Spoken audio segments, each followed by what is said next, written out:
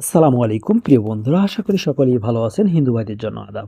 আজকের ভিডিওটি মূলত প্রাথমিক সহকারী শিক্ষক নিয়োগ পরীক্ষার উপলক্ষে মূলত ডিপি আপনাদেরকে বেশ কিছু নির্দেশনা দিয়েছে।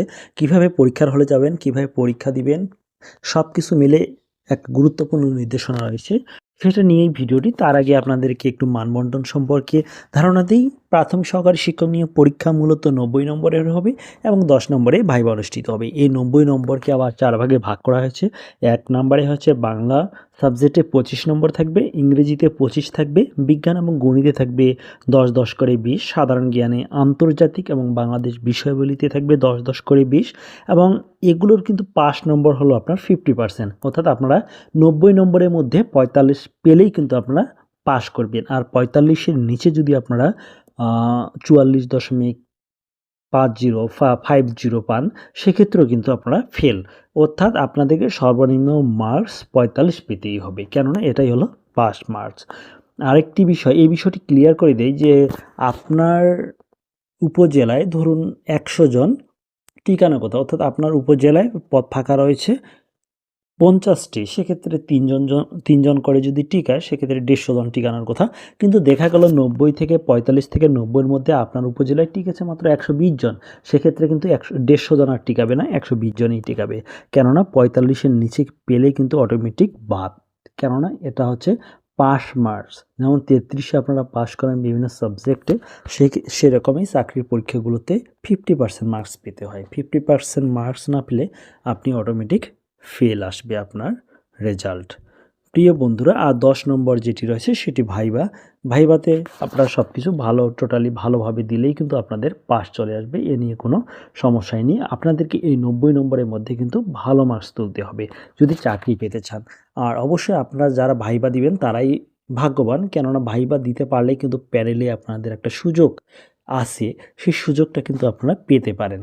যে আপনার চাকরি হলো না, কিন্তু 20 জন পরে নিয়ে নিল বা 30 জন নিয়ে নিল প্যানেল থেকে, সেক্ষেত্রে কিন্তু আপনার চাকরিটি হতে পারে।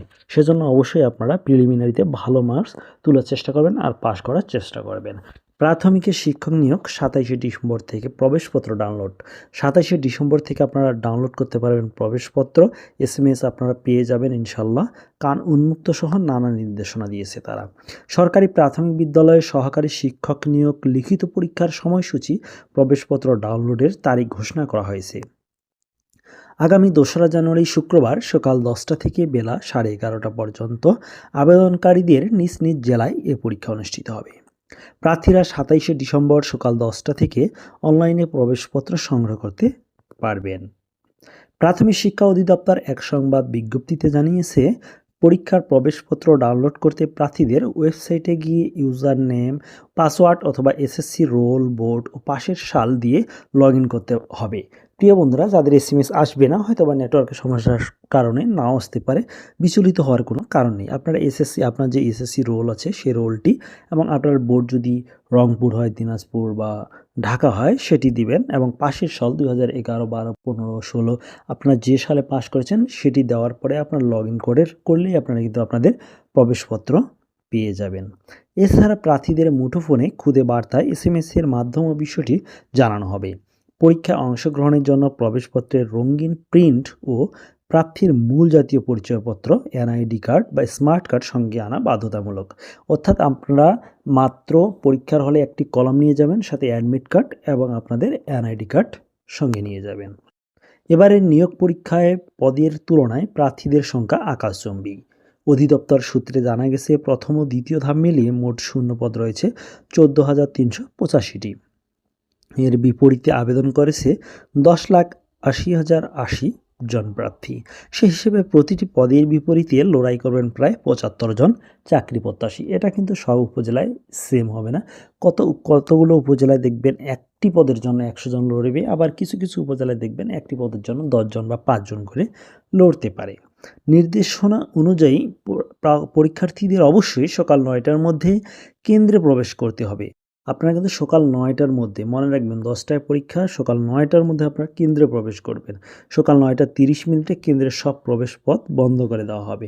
সেজন্য অবশ্যই আপনারা, আমার নির্দেশনা আছে 8:30টার আগে আপনারা পরীক্ষা কেন্দ্রে খুব ভালোভাবে যেন পৌঁছাতে পারেন, সেরকম করে বাসা থেকে কিন্তু সকাল সকাল বের হয়ে যাবেন। এরপর আর কোনো প্রার্থীকে ভিতরে ঢুকতে দেওয়া হবে না, অর্থাৎ 9:30টার পরে আর কোনো প্রার্থীকে পরীক্ষার হলে প্রবেশ করতে দেওয়া হবে না। সুষ্ঠুভাবে পরীক্ষা গ্রহণের জন্য প্রতিটি কেন্দ্রে ফৌজদারি কার্যবিধির 144 ধারা জারি থাকবে। কান উন্মুক্ত রাখা ও ইলেকট্রনিক ডিভাইস নিষিদ্ধ, অর্থাৎ যারা মেয়ে রয়েছেন তাদের কান অবশ্যই খোলা রাখতে হবে এবং কোনো ধরনের ইলেকট্রনিক ডিভাইস সাথে নেওয়া যাবে না। পরীক্ষা চলাকালে পরীক্ষার্থীদের উভয় কান উন্মুক্ত রাখতে হবে। কোনো পরীক্ষার্থীর কানের ভিতরে ছোট ইয়ারফোন আছে কিনা তা পরীক্ষা করতে প্রয়োজনে টর্চ লাইট ব্যবহার করা হবে। সেজন্য অবশ্যই আপনারা কোনো ধরনের দুর্নীতির আশ্রয় নেবেন না। সুন্দরভাবে যাবেন, দুর্নীতিমুক্ত ফ্রেশভাবে যাবেন, সুন্দরভাবে পরীক্ষা দিবেন। ইনশাল্লাহ আপনারা পাস করবেন। আর আপনারা দুর্নীতি করবেন, দেখবেন আপনাদের পরীক্ষা ভালো হবে না, দিন শেষে আপনি ফেল। আপনার এই যে একটা চান্স পাইলেন চাকরি পাওয়ার, শিক্ষক হওয়ার, সেটাও কিন্তু হারিয়ে ফেলবেন। এছাড়া কেন্দ্রে মুঠোফোন, ক্যালকুলেটর, স্মার্ট ওয়াচ, যে কোনো ধরনের ঘড়ি, ভ্যানিটি ব্যাগ, পার্স বা কোনো ইলেকট্রনিক ডিভাইস বহন সম্পূর্ণ নিষিদ্ধ। এসব সামগ্রী পাওয়া গেলে সংশ্লিষ্ট পরীক্ষার্থীকে তাৎক্ষণিক বহিষ্কার ও আইনি ব্যবস্থা নেওয়া হবে। অন্যান্য গুরুত্বপূর্ণ নির্দেশনা: ওএমআর শিট, উত্তরপত্র অবশ্যই কালো কালির বল পয়েন্ট কলম দিয়ে পূরণ করতে হবে। অর্থাৎ আপনারা যে পরীক্ষার হলে পরীক্ষা দিবেন সেজন্য অবশ্যই কালো কালির বল পয়েন্ট নিয়ে যাবেন।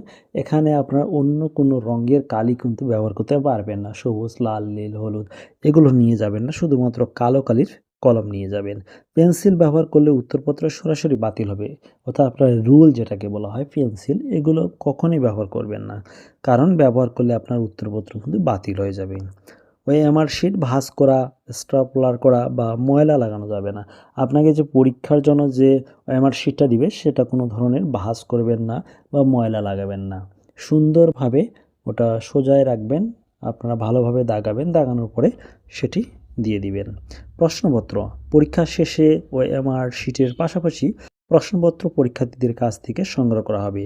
কোনো পরীক্ষার্থী প্রশ্নপত্র সঙ্গে নিয়ে যেতে পারবেন না, অর্থাৎ আপনাকে যে প্রশ্নপত্রটি দেওয়া হবে সেটি কিন্তু আপনি বাসায় নিয়ে আসতে পারবেন না, সেটি জমা দিয়ে আসতে হবে।